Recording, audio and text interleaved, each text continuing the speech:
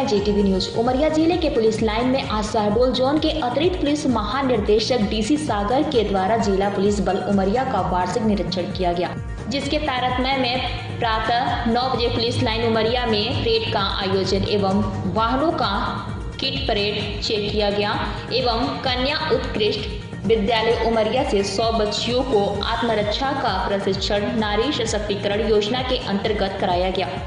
वही जिला पुलिस बल उमरिया के अधिकारी कर्मचारियों की फिटनेस चेक करते हुए आत्मरक्षा प्रशिक्षण में प्रथम, द्वितीय एवं तृतीय स्थान प्राप्त करने वाली बालिकाओं को क्रमशः 500 रुपये एवं 750 रुपये एवं प्रथम बालिका को 1000 का पुरस्कार दिया गया एवं एक बालिका को शात्मना पुरस्कार दिया गया, जिसमें उसे 500 रुपये नकद दिए गए। इसके पश्चात पुलिस लाइन उमरिया में स्थित ओपन जिम का उद्घाटन अतिरिक्त पुलिस महानिदेशक के द्वारा किया गया।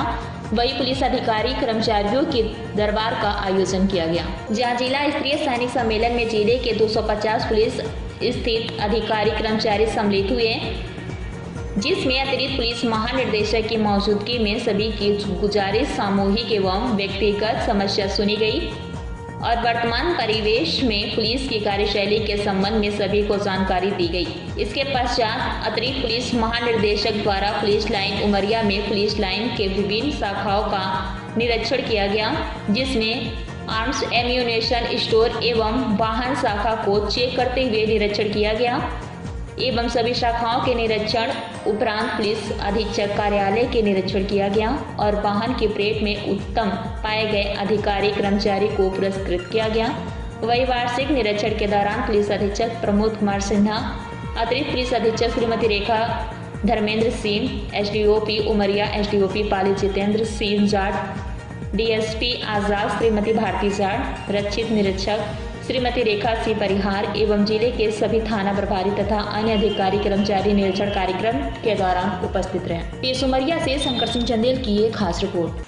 सर, आज यहाँ पुलिस लाइन उमरिया में ADG साहब शहडोल संभाग से आए और यहाँ पर 100 मीटर की दौड़ हुई, जिसमें सुषमा सिंह फर्स्ट आई है और उसे पुरस्कार राशि मिली है। अभी GPF ऑनलाइन चेक करने पर मेरा जो कटौता है वो शो नहीं करता है सर। लगभग 16, 17, 18, 19, 20, 21 6 साल का जो GPF है सर, मेरा GPF विगत कुछ महीनों से जो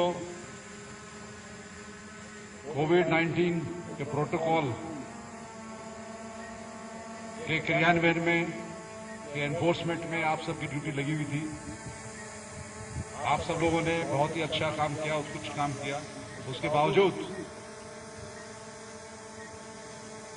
आज की परेड अत्यंत सराहनीय रही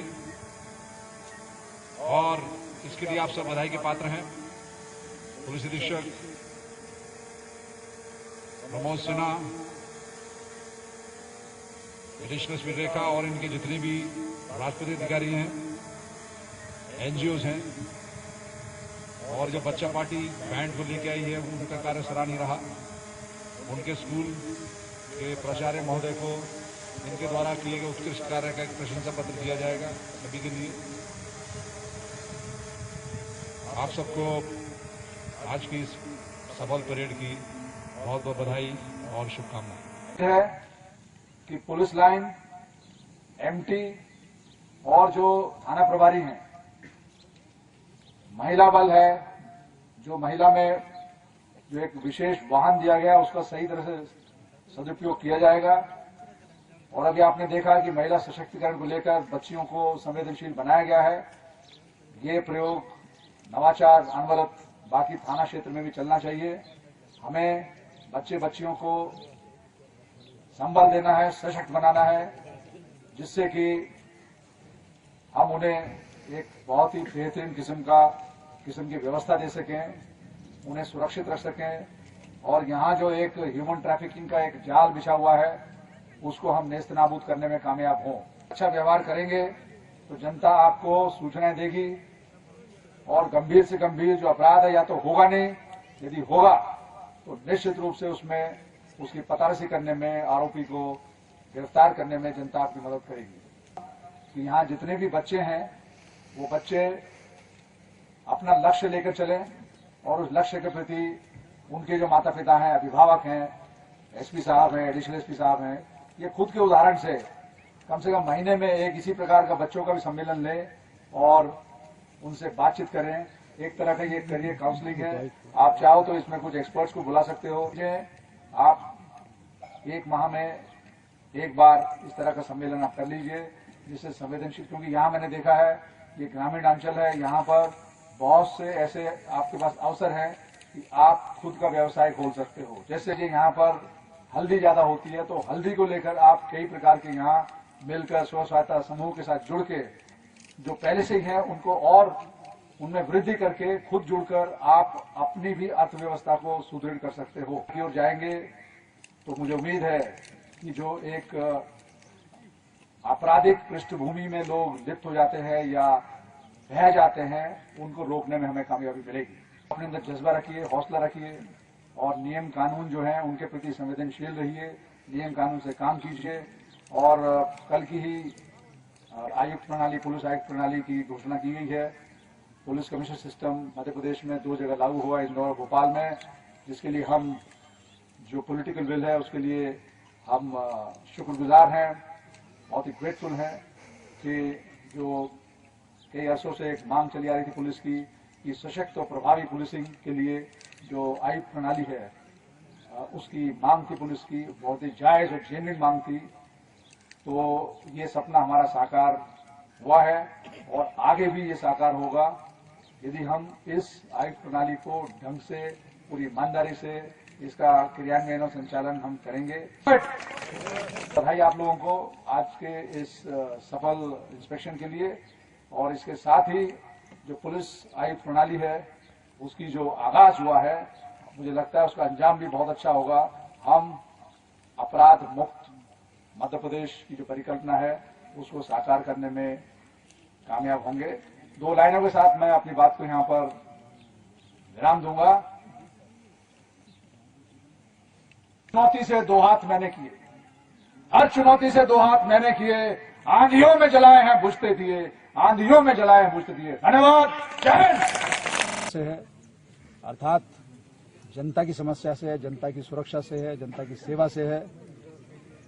और यदि कहीं अपराध घटित होता है तो उस अपराध की पतारसी और फिर माननीय न्यायालय में उस अपराध से संबंधित चालान लगाकर और न्यायालय में अभियोजन की ओर से अपनी ओर से तथ्य, विधि सम्मत तथ्य प्रस्तुत कर उन आरोपियों को माननीय न्यायालय के समक्ष में प्रस्तुत किया जाता है।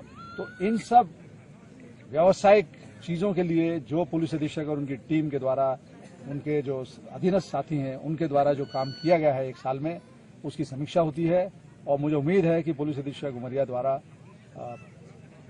अच्छा काम किया होगा, उत्कृष्ट काम किया गया होगा, तभी यहाँ की जनता में उनके प्रति अत्यधिक विश्वास है।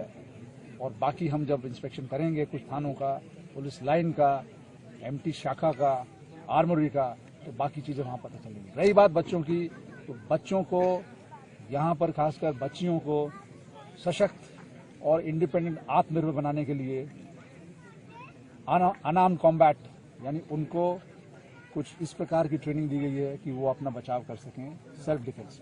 अच्छा प्रदर्शन दिखाया, प्रदर्शन किया। यदि उनके साथ में कोई ह्यूमन ट्रैफिकिंग की बात आती है तो वो अपने आप को किस प्रकार से उन आतताइयों का मुंह तोड़ जवाब दे सकते हैं, वो उस विषय में यहाँ पर जो स्पोर्ट्स अधिकारी हैं और जो संस्थाएं यहाँ पर स्पोर्ट्स से जुड़ी हुई हैं, उन संस्थाओं ने बहुत ही बेहतरीन किस्म से बच्चों को बड़ी अल्प अवधि में उनको ट्रेन किया।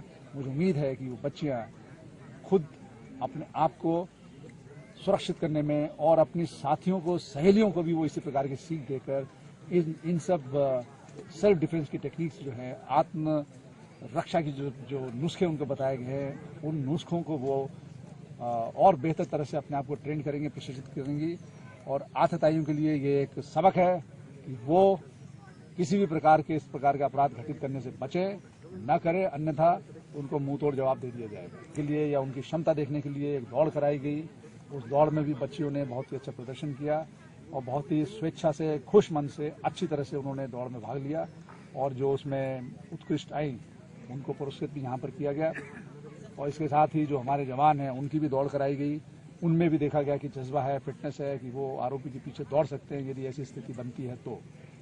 कुछ जवानों ने अपनी समस्याओं को पुलिस अधीक्षक को निर्देशित किया गया है कि वो इन समस्याओं का निराकरण विधि सम्मत तरीके से करेंगे यदि वो उनके स्तर पर है, और यदि पुलिस मुख्यालय के स्तर पर है या एजीएमपी के स्तर पर है तो वहाँ के लिए पत्राचार करेंगे और जवानों की समस्याओं को जो जवानों ने अपने पुलिस अधीक्षक या अपने एडीजी में विश्वास व्यक्त किया है तो हम पूरा प्रयास करेंगे कि हम उनकी अपेक्षाओं पर खरे उतरें। है कि यहाँ उमरिया में और बेहतर ढंग से ये जो ओपन जिम बना है इसकी देखरेख पुलिस अधीक्षक करेंगे और सबका स्वास्थ्य अच्छा रहे, सब ड्यूटी अच्छी तरह से करें, और यदि इनमें इंस्पेक्शन में कुछ ऐसी चीज़ें दिखाई देती हैं तो हम निश्चित रूप से एसपी के संज्ञान में लाएंगे और व्यवस्था को और बेहतर बनाया जाएगा। पैगाम दिया जा चुका है कि उनका इंस्पेक्शन दोबारा कल होगा, जिससे कि उनको आज ट्रेनिंग दी जा रही है कि जब भी वो वाहन में बैठे हैं, चौपहिया वाहन में बैठे हैं, तो वो जो ट्रैफिक के नियम जनता पर लागू होते हैं उन पर भी लागू होते हैं कि सबसे पहले वो